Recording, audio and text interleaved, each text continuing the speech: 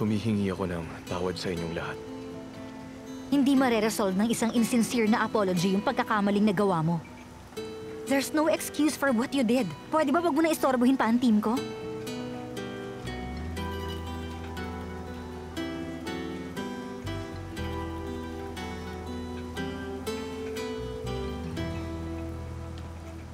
Can we please talk? Wala na tayong dapat pa na pag-usapan. Please, pakinggan mo naman ang sasabihin ko.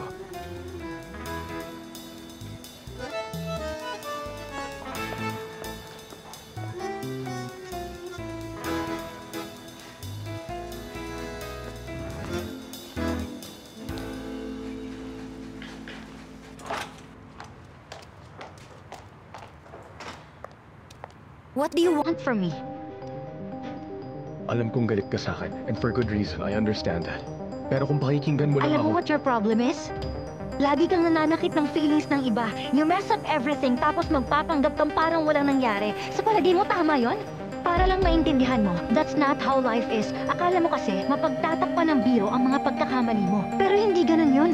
Para din maintindihan mo, I can't just accept things like you do. Naz, that's not me.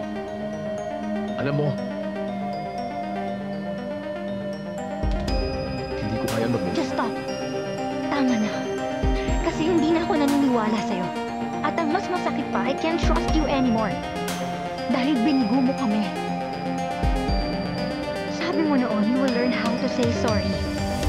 Pero ngayon alam ko na hindi mangyayari yun.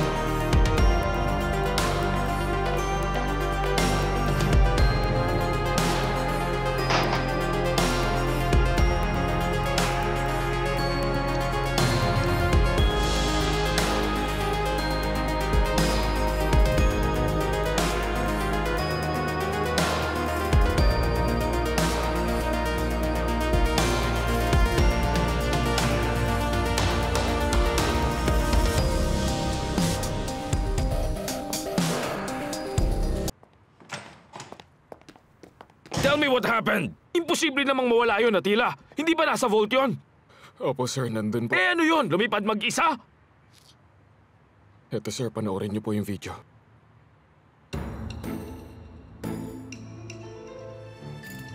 Si Bora? Paano nangyari yun?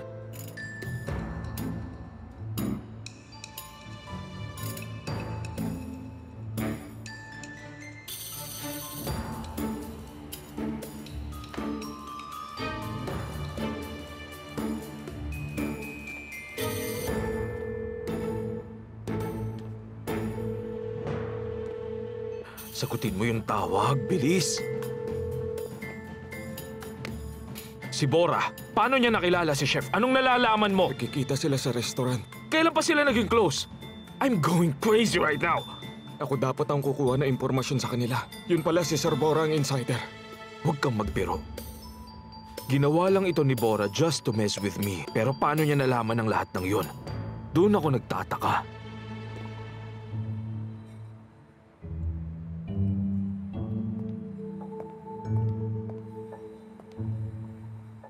Dahil siguro, may nasabi ako sa kanya kanina umaga.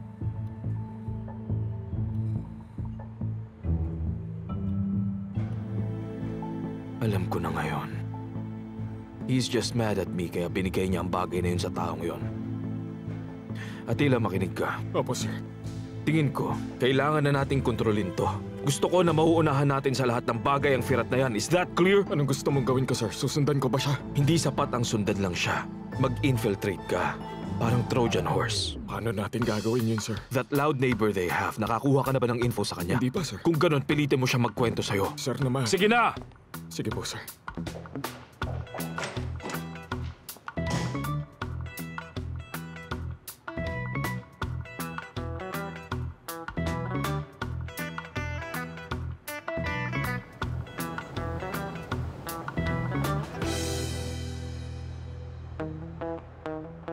Hindi talaga siya makatiis, ano? Pinuntahan pa talaga niya yung babae? Auntie, yun bang pakay mo? Kala ko naman importante. Akala ko kasi tapos na. Ang sabi niya, trabaho lang ang gagawin niya ron. Ano nangyari? Ganun lang naman ang ginagawa niya. Hindi siya nakikipag-usap. Manahimik ka, Ergin. Ikaw naman, Mirza. Ano bang plano ni Firat ngayon? Wala po akong alam. Hindi ko alam. Ewan ko sa kanya. Wala. Na-stroke ka na yata. Alam ko naman na may nangyayaring ganyan. Mirza, magsalita ka na. Alam ko na. Yung mga kapwa ko sinero lang ang kausap ni Firat doon na abla. Kung minsan may meeting sila, hindi ba? Oo, auntie. Minsan may meeting pero hindi naman talaga nagtatagal. Hanggang dun lang. Minsan nga, nahuhutusan pa ako eh. Yun ang nangyayari. Eh di tinatawag siya ng babaeng yon? Alam ko na. Ayaw din palang layuan ng babaeng yun si Firat. Alam ko may nangyayari pang iba. Auntie, yung sinasabi niyong iba pa, ano... Okay lang kasi ako na mismo ang kakausap kay Firat. Aalamin ko sa kanya ang lahat.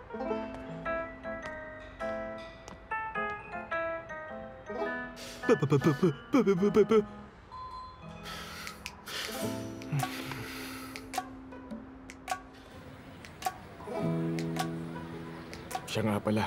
Masaya ako at nagpapasalamat ako na pumayag ka makipagkita sa akin ngayon. Teka, bakit pala bigla ka nakipagkita sa akin? Anong meron? Kasi napaka-iksi ng oras natin nung nakaraan. Napaka-sweet mo pa naman magsalita. Gusto ko sanang mapakinggan ka na matagal. Eto na pala ang order natin. Magugustuhan mo to. Salamat. Eto na. Akin na. Salamat So, kumusta ka naman, Miss Gulindam? Mabuti. Kumusta naman ang lahat? Sina Miss Sultan at Firat. Sana okay din sila kagaya mo. Mabuting mabuti. Dati ang saya-saya mo, pero ngayon parang malungkot ka. Sana naman ayos lang ang lahat. Wala namang problema, ano? Wala. Salamat. Alam mo, sobrang daldal mo ngayon, ha? Ang saya mong kausap. Napakarami mong kwento. Nagustuhan mo ba yung kinakain mo? Gusto mo ba nito? Okay lang, hindi na. Sige lang, kain ka lang. Ito pa,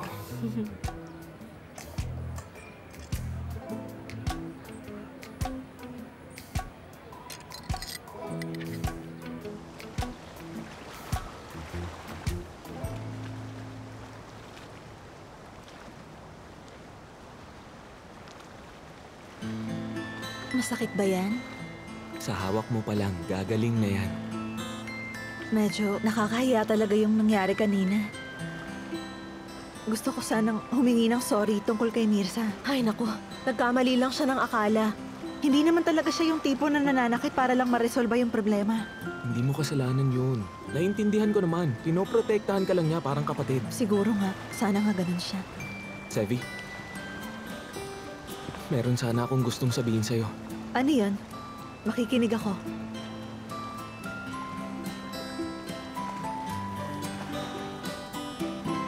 Ang totoo niyan, ang abi ko Anong nangyayari doon? Bakit? Pinapunta na naman ng taong yun yung alalay niya kay Auntie Gulindam?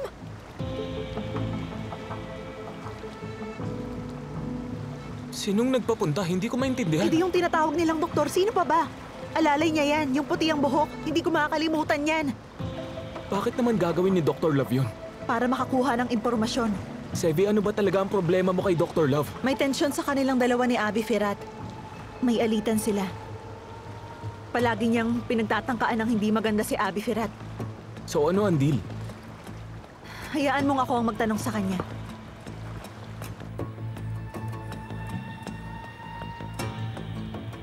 Sevi! Sevi, sandali! Hintayin mo ko!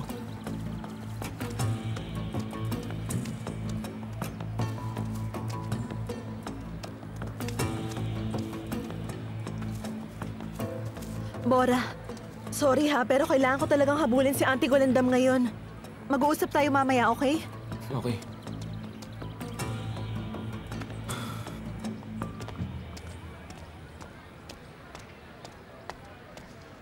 Auntie Gulindam!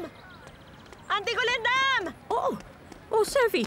Bakit ganyan ka kung makatawag sa akin? May problema ba? Pinuntahan ka niya uli? Sino? Nakita ko kayo nag-uusap. Chevy, promise hindi ko siya pinapunta. Tumawag siya. Sabi niya may importante siyang sasabihin kaya pinuntahan ko. Promise mo huwag mo sasabihin kay Abla Sultan. Oo naman, ayokong magalit siya sa'yo.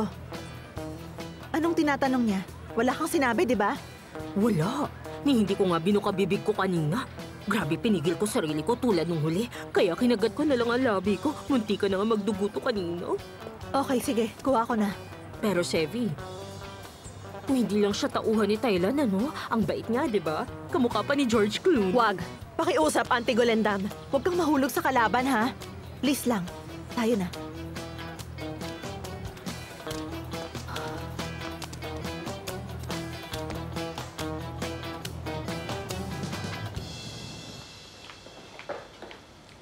Shafirat, pwede ba tayong mag-usap?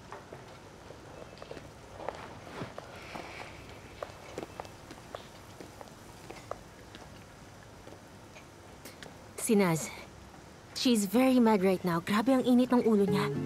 Huwag ka munang lalabas. Dito ka lang muna, okay? Wala rin naman akong lugar sa kanya. She can't even look at me. I mean, literal ang pangit ng timing mo eh. She really has a point. Oo naman, I can't deny that. Pero hindi ko maipaliwanag sa kanya kung bakit nangyari yun. She's thinking na sinasadya ko ang lahat. Nangyari nang nangyari. Ang mahalaga ngayon, maghanap ka ng paraan so you can stay here. Mag-sorry ka, suyuin mo siya. Gawin mo ang lahat para bumalik ang tiwala niya sa'yo. Kasi kahit ako, I can't do anything to save you this time. I-announce na ang resulta!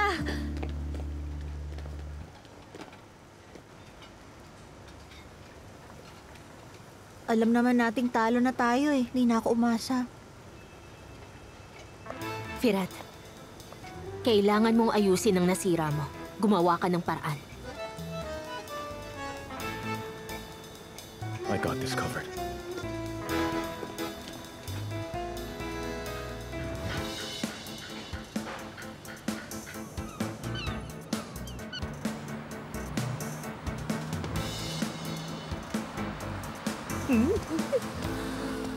Mag-connect ka na.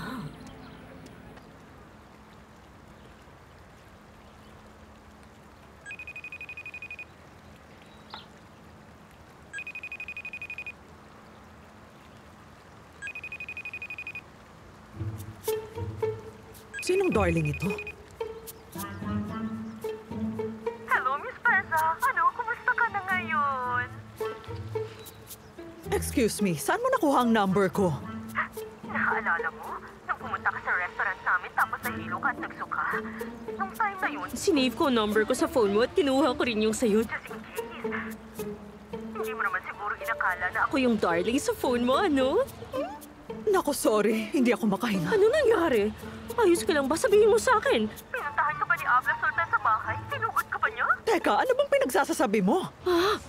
So wala siya dyan. Okay. Buti naman wala siya dyan ngayon. Eh, bakit naman magpupunta si Sultan dito sa bahay namin? Darling, kasi itong si Firat namin, bumalik sa restaurant. Alam mo naman yun, di ba? Nang marinig yun ni Abla Sultan, naghalit siya. Akala ko pumunta siya sa restaurant. Huwag ka mag-alala, chinig ko na. False alarm. Hindi siya pumunta kaya wala kang dapat ipag-alala. Sandali nga, ano bang pinagsasasabi mo dyan? Akala ko kasi kung hindi siya pumunta sa restaurant, baka sa inyo siya dumiretso. Pero hindi rin pala. Ibig sabihin, ang swerte mo pa rin. Oh no, I think I'm getting a headache. Basta, dapat mag-iingat ka. At kung may kailangan ka, huwag kang maihiya na tumawag sa akin, okay, darling? Wala ka bang trabaho? Hindi ka ba busy ngayon? Kasi kung okay sa'yo, please lang, tapusin na natin tong usapan na to. Ay, busy ka ba? Sorry. Hindi ko pala Tanong kanina. Sige na, balik ka na sa trabaho. Bye, darling. Mag-iingat ka palagi, ha? Mwah! Ano nangyari? Naputol ba yung tawag? Oo nga pala, mahina yung signal dito. Ano na naman to? Bakit ba siya concerned? Wala pa akong nakilalang kagaya niya. Paano nangyari to?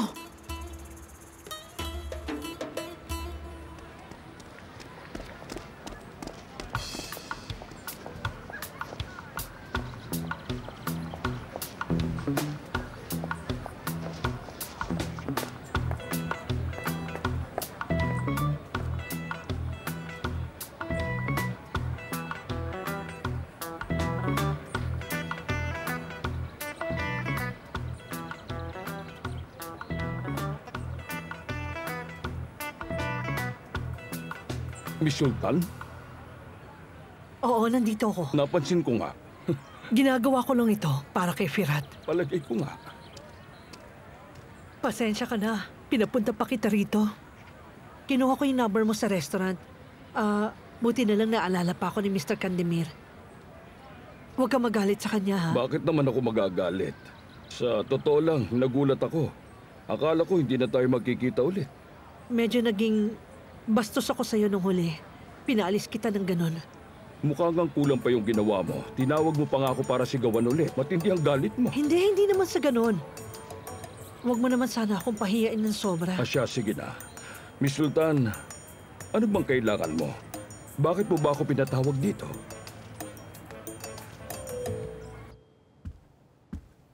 Nasaan ka na ba, Bora? Nasaan ka na? Ano bang ginagawa mo? Paano mo nabigay yun sa taong yun? Are you out of your mind, Bora? It's not enough na nanloloko ka na sa TV, ngayon may blackmail ka pa sa kanila. Paano ka naging ganito, Abby? Ikaw pa ba to? Sabihin mo! Akala mo pwede mong paglaruan ang buhay ng lahat ng tao kapag gusto mo? What do you need from me, ha? Tayo ba ang magkaaway dito? Bakit ba ganyan na lang ang galit mo sa akin? Hindi ako galit sa'yo. Galit ako sa kung anong klaseng pag-uugali meron ka ngayon. Kaya lang ang problema, marami ang hindi nakakaalam sa tunay mong pagkatao. Oo naman. Kaya nga marami ang humahanga kay Thailand. Sige, kung gusto mo, pumunta tayong dalawa sa restaurant. Sabihin mo kay Naz lahat ng ginawa mo. Ang nakaraan mo kung sino ka talaga, tara! Pero ang totoo, wala kang lakas ng loob, di ba? Ituloy mo na lang ang kahibangan mo at magtatago ka na lang kay Dr. Love. Bakit gusto mo talagang makilala kung sino si Thailand? Tara. Tara! Ano bang ginagawa mo? Tumahimik ka na lang. Lakad! Lakad! Dali! Tinatry ko talaga na maintindihan ka, Miss Sultan. Pero ang labo talaga nito. Naiintindihan mo pa ba itong mga nangyayari, Mr. Hazim? Ha? Kasi ako hindi ko na alam kung bakit niya ginagawa to. Sabi niya kaninang umaga titigil na siya kasi ayaw na raw niya. Tapos ayun, balik trabaho na parang wala nangyari. So nagka-problema tapos okay na ulit? Ganun ba ang nangyari? Hindi sa ganon, Mr. Hazim. Si Firat parang wala na sa sarili. Nalilito na siya sa puso't isipan niya dahil sa restaurant na yon. Miss Sultan, nakita mo naman hindi ba? Ikaw mismo ang saksi. Magpapakasal na si Naz kay Thailand. Ano pa bang iniisip mo na nangyayari? Hindi ko naman sinasabi na may mangyayari pa. So may hinahanap ka pang ibang dahilan sa mga nangyayaring ito? Merong kinang sa mata ni Firat, Mr. Hazim. Lalong kumikinang pag nakatingin siya sa anak mo. Natatakot lang siguro ko. Sana maintindihan mo. Miss Sultan, pwede bang diretsuhin mo ko? Ano bang meron kina Firat at Naz?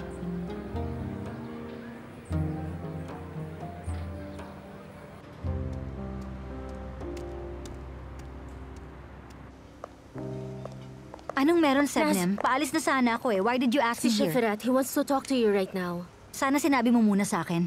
Naz, wait a second. Pakinggan mo muna siya. Baka may mahalaga siyang sasabihin. Sige na. Ayan, he's already here.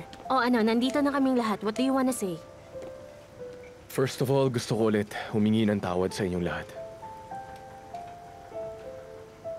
Gusto ko sanang itama yung pagkakamali ko. So I talked with Chef Ayub.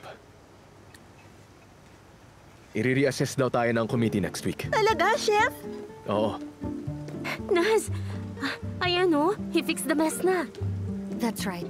Ayos na lahat. Mabuti naman kung ganun.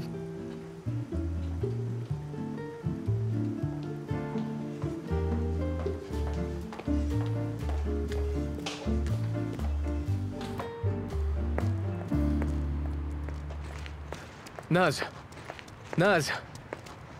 Ganito na lang ba tayo? Hindi. Once na makita ko yung susi ko, aalis na ako agad. Huwag kang ganyan, please. Are you for real? Seriously? Ikaw naman ang may gawa ng lahat. Dahil kay Chef Ayub, may isa pa tayong chance. So tapos na, kalimutan ng lahat, ganun ba? Wait a second. Saan ka pupunta? Anywhere na wala ka!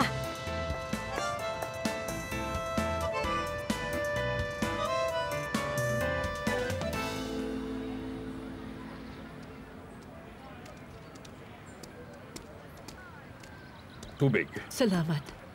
Walang anuman. Miss Sultan, may 10 minuto na tayo nag-uusap. Pero wala ka pa rin masabing konkretong ebidensya. Puro kutob lang ang nasasabi mo sa akin. Sa tingin ko, Huwag mo na itong problemahin para hindi na rin sumama ang kalooban mo. Si Firat mabuting bata. Alam ko, ayaw niya may mapahamak dahil sa kanya. Pero sugatan ng puso ng pamangking ko. At pag ganyan, kung ano-anong bagay ang nagagawa ng tao. Alam mo, iba talaga ang panahon ngayon, Miss Sultan. Ang kabataan ngayon, iniwasan agad ang mga bagay na makakasakit sa kanila. Oo nga, tama ka dyan. Pero si Firat iba. Parang katulad ng auntie niya.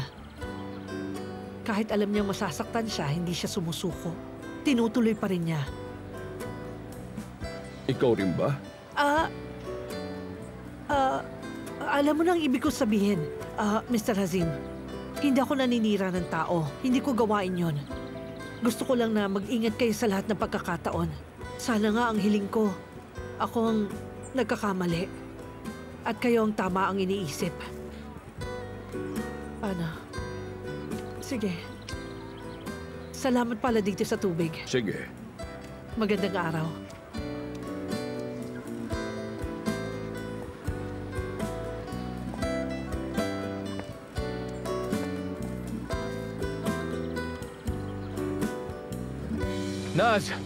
Nas, sandali lang.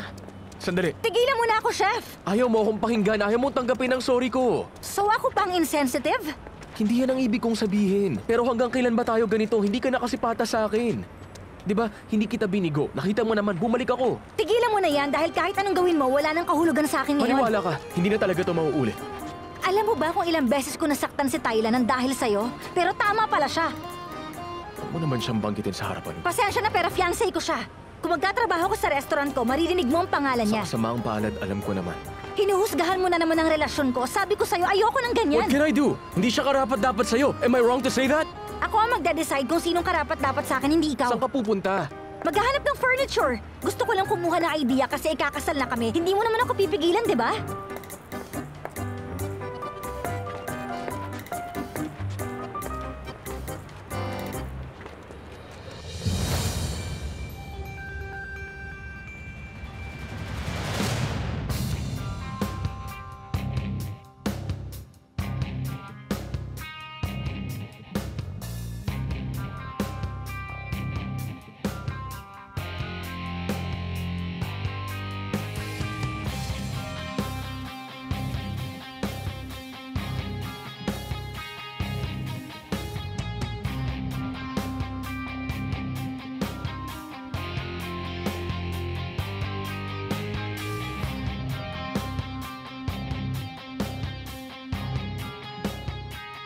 Asuman.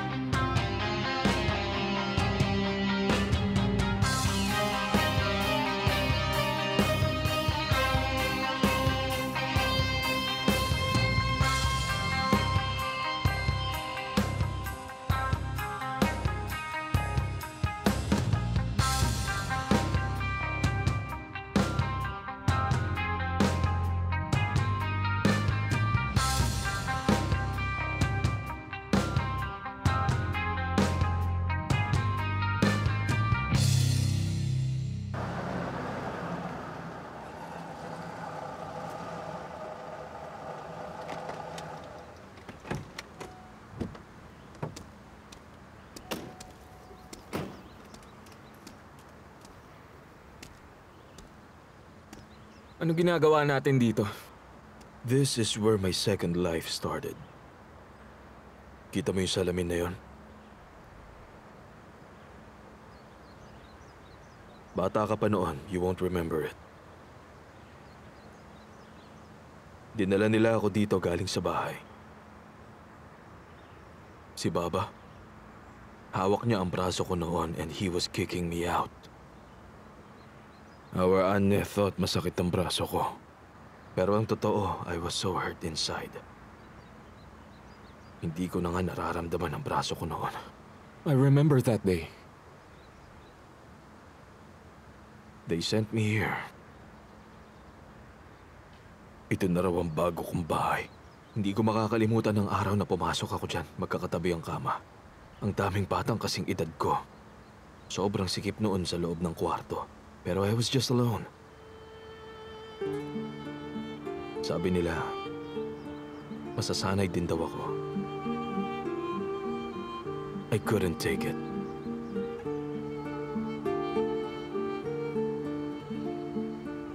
Araw-araw kong hinihintay si Annie at Baba. Gabi-gabi, I was dreaming of that.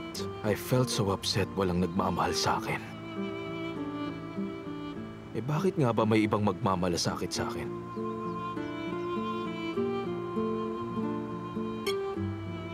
Kung ni pamilya ko nga, hindi ako minahal.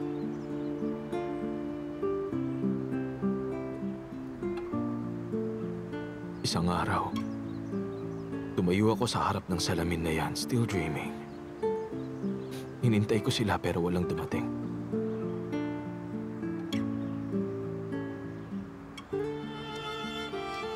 Everyone near me, pinagtatawanan ako. Para daw akong baliw na naghihintay sa wala. Ang sakit nun, tawagin kang baliw. Wala naman ako magawa because it's true. Nung mga unang beses, hindi ko sila pinapansin. They were calling me names. Tinatawag akong walang alam. Walang kwenta. Tinawag pa nila akong ulila. They had so much fun mocking me. Tuwing weekend, umuwi sila sa pamilya. Pero ako, naiiwan lang dyan sa loob. Nawawala ang ingay. Tumatahimik ang buong dorm. Minsan nga, isang holiday, tiningnan ako ng janitor. Parang naaawa sa akin kasi naiiwan ako dyan mag-isa. Sabi ko may susundo sa akin pero totoo wala naman talaga. Kaya ang ginawa ko, nagtago ako sa basement. 2 araw ako na nandoon sa isang sulok, malamig at madilim.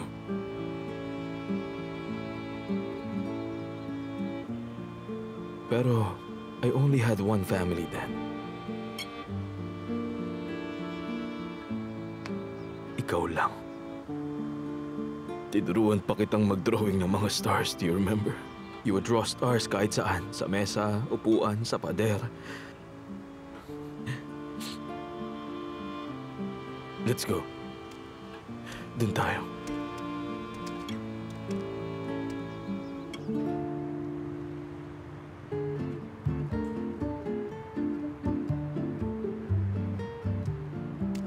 Kumusta? Sasabihin ko sana mabuti pero Oo nga, pero you know what happened. hindi ko talaga maintindihan. Kahit anong gawin natin parang walang nangyayari. Binantaan na natin siya pero bumabalik pa rin sa atin.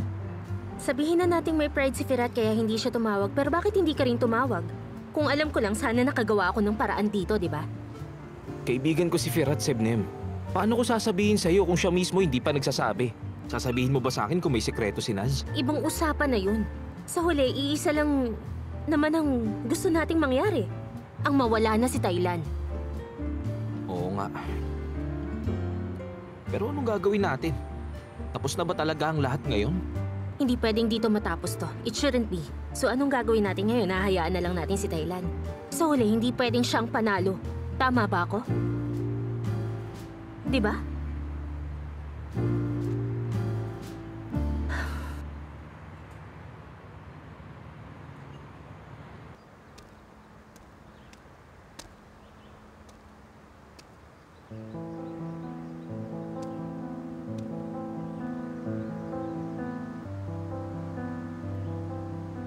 That's why I drew this one over here.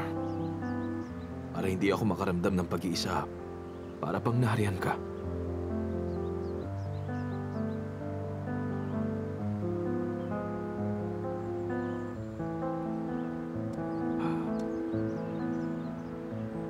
Lahat ng sulat ko sa'yo, tinago ko dyan sa loob. Maliban sa una. Bakit? Saan mo isinulat ang una? Walang tao sa dormitoryo nun. Naisip kong sulatan ka while I was alone. May isang batang nakakita. He tried to get the letter from me. Tapos ginaya niya ako sa harap ng lahat. I was so embarrassed that time. Alam mo yung pakiramdam na para bang sinusunog ang buong katawan mo? At parang sinuntok ang sikmura mo. Ganun ang pakiramdam ko noong mga araw na yon. I was so ashamed. Pero tumayo pa rin ako. Naalala ko ang mukha mo. You were looking at me. And I thought, wala nga ako mga magulang pero may kapatid naman ako. Kung kakapit ako sa buhay, para sa kanya ko yan gagawin. Pero di ko na muling nagawang sumulat nun. But I promised myself. Sabi ko, wag mong kakalimutan to, Thailand. Remember everything, so no one could hurt you the same way again. Lagi kang maging matatag.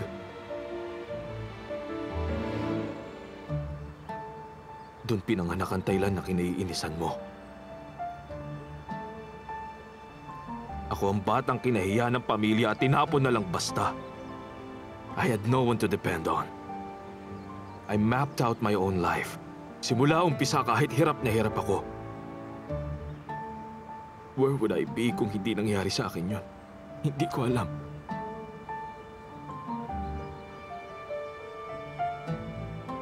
I'm really sorry.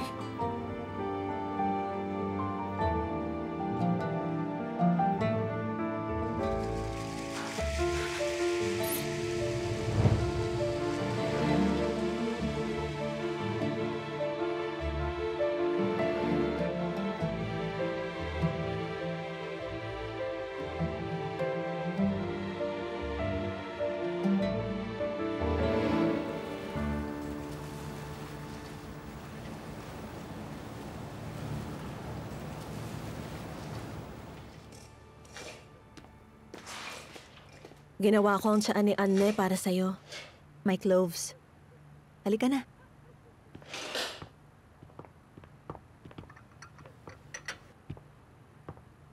Salamat sa'yo, Sevia. Ang bait mo naman. Inumin mo na. Sevi!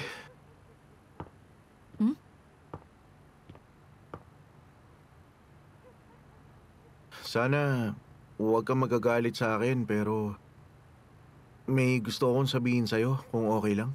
Sandali. Actually, may gusto rin akong sabihin sa'yo eh.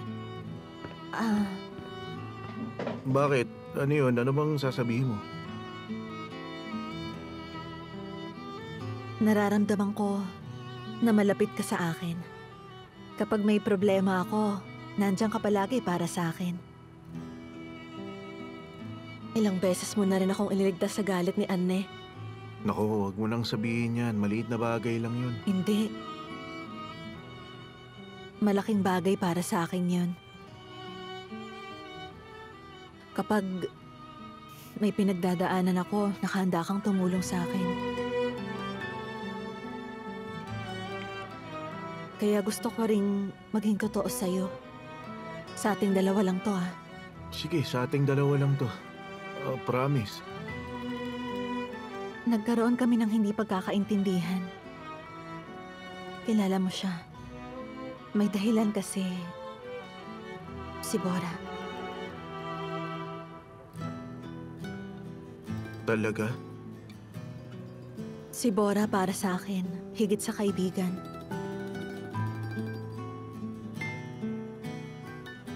Ibig kong sabihin, espesyal siya sa akin. Siguro naman naiintindihan mo yun. Siyempre naman, naiintindihan ko. Mabuting tao siya. Gusto ko rin siya. Sana sekreto lang natin tong dalawa, ha? Oo naman, sikreto natin to.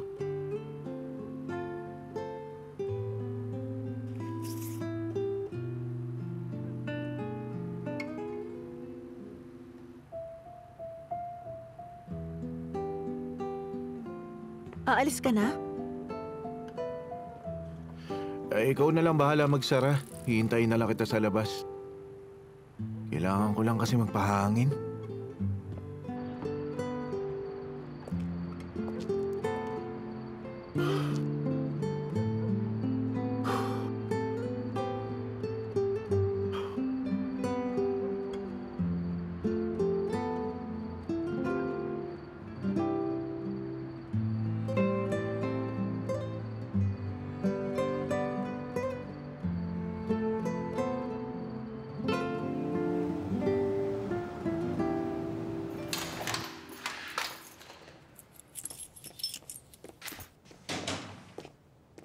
Gusto mo ng kape?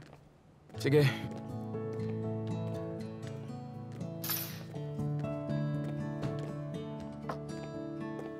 Pumunta ka sa restaurant kung gusto mo, para di mo naiiwan si Naz na mag-isa. It's late na rin naman.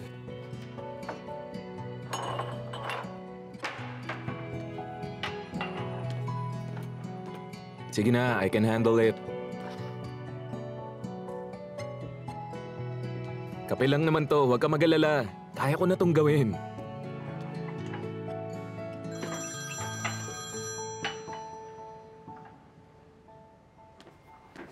Ano yan, Attila? Sir, naging friends kami ni Miss Gulendam sa social media. May nakita ko sa account niya. Baka mahalaga, isasend ko sa inyo. Sige, ipadala mo.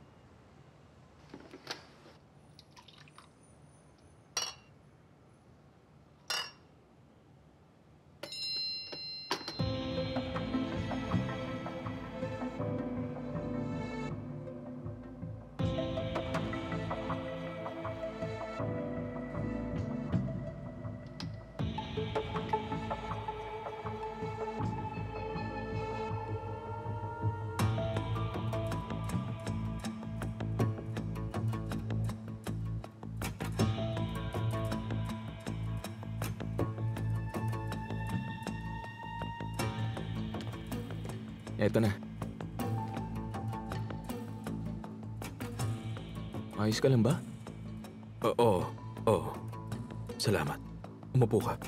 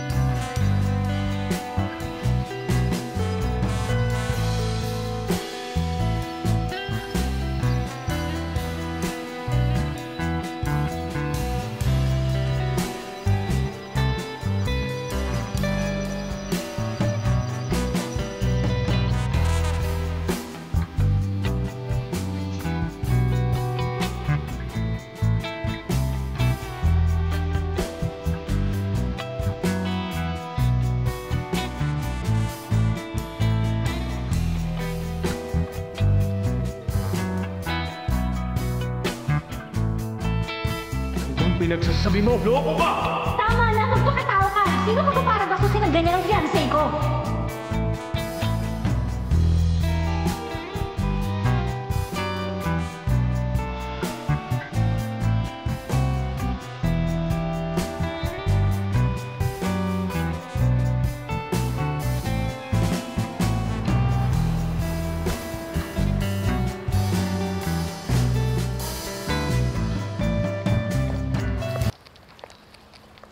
Ay! Ano ba ito? Hindi pwede! Hindi ito totoo! Ano nangyari, Feza? Masama ito, Abby! Masama talaga! Ano ba yung Feza? Yung litrato nung gabing kumain tayo sa kebab restaurant nag-viral. Anong litrato? Ay, naku. Yung babaeng weirdo na si Gulendam ang kumuha. Ito, siguradong siya ang nag-send sa media. Talagang obsessed ang babaeng yun. Ay, naku, Feza. Bakit? Paano? Pwede ba huwag kang Ay, ganyan, Abby? Huwag mo akong daanin sa pagbuntong hininga mo. Si Naza nagdala ng mga taong yan sa buhay natin. Saan ba nang galing ang mga iyon? Ay, nakakahiya ito.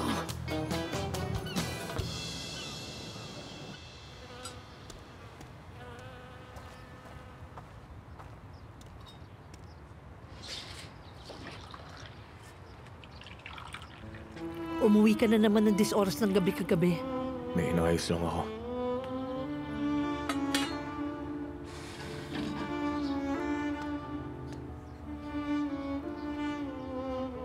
Ang akala ko ba matatapos na, pero hindi pa rin. Hindi mo na ba kayang iwanan ng babaeng yon? Akala mo ba makakalimutan mo si Asuman ng ganyan?